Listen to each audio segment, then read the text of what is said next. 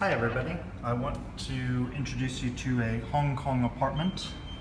I'm going to show you a quick tour of my apartment because I'm about to move out, but I wanted to let you know what are you going to get when you come to Hong Kong.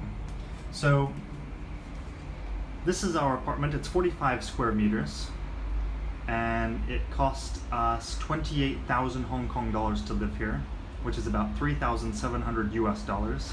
And here's what you get for that. Here's the bathroom. I'm sorry, it's not so tidy because we're about to move out.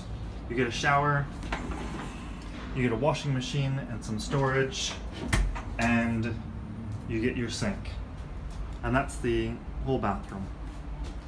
You have all the light switches for the house. You come into the house and you can see the entire apartment from right here.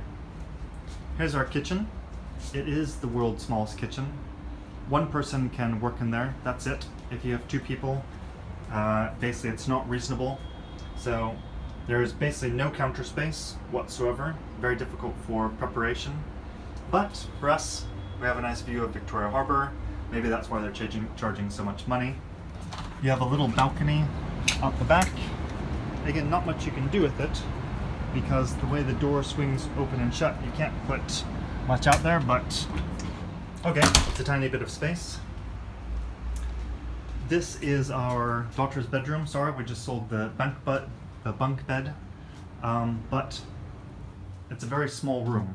Basically, I can almost touch, actually I can touch both walls from one end to the other with my arms. She's also got a nice view out the window. We got a little ledge right there, tiny room. We put in the cupboards ourselves. Otherwise there was nowhere to put anything. But this is the master bedroom, which you'll be a bit shocked by because you only have enough room for a bed. You can stand next to it. You have this much space between, again, the wardrobe, which we put in ourselves. You have a small shelf here, and then you have looking outside. We are in Tin Hau, which is between Causeway Bay and Fortress Hill. Many benefits to that. Our dining room has to be inside of our living room, so what we bought was this folding table so we can fold down the sides because otherwise the table's quite big. Here's our entire living room. Pretty small. That's the biggest couch that you can really get in a space like this. One little chair. And then our balcony, which is where we dry all of our clothes. The good news is that we're right next to Victoria Park, which is why we chose this spot so that we could get into the park as quickly as possible. That's Causeway Bay, that you can see over there.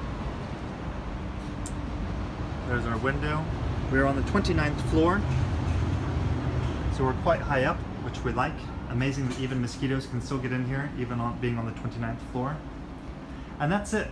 For the incredible price of $3,700, that's kind of all you get. We had to buy this thing because there's no storage space for anything anywhere. So inside of here is where, you know, I can actually put some of my work stuff. We can put the kids' art supplies, extra sheets and things, because basically there's just no shelf space. There's nowhere to put anything. So it's a tiny apartment. We've been here for a year and a half.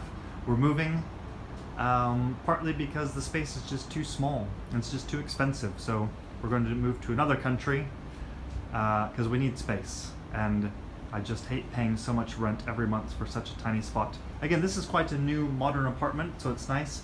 There's not any facilities downstairs to speak of. I mean, we have a small outdoor space, which maybe I can see from here. You can see down there, there is an outdoor space, which is nice. There's no swimming pool or anything. It's just a place for sitting and for walking around a little bit. There is a small gym, but you have to pay to use it. Besides that, it is a nice apartment. It's only about, I think, 2 years old, maybe 3-year-old maximum, which is why we took it. We didn't want an old rundown one, but the problem is that it's just too little space. We're a family of 4. It's I, my wife, we have 2 kids that are 4 years old and 2 years old, and basically it makes us go a little bit crazy because you always have the kids right here running around screaming and yelling, and there's nowhere for them to go. They don't want to hang out in just such a tiny little bedroom. We don't let them go into the master bedroom because then they just make a big mess in here. So it means that everybody has to spend all of their time right here in this little tiny living room. So maybe you adapt, maybe some people can, but we couldn't do it. So I just wanted to show you that's what a small Hong Kong apartment looks like. Enjoy.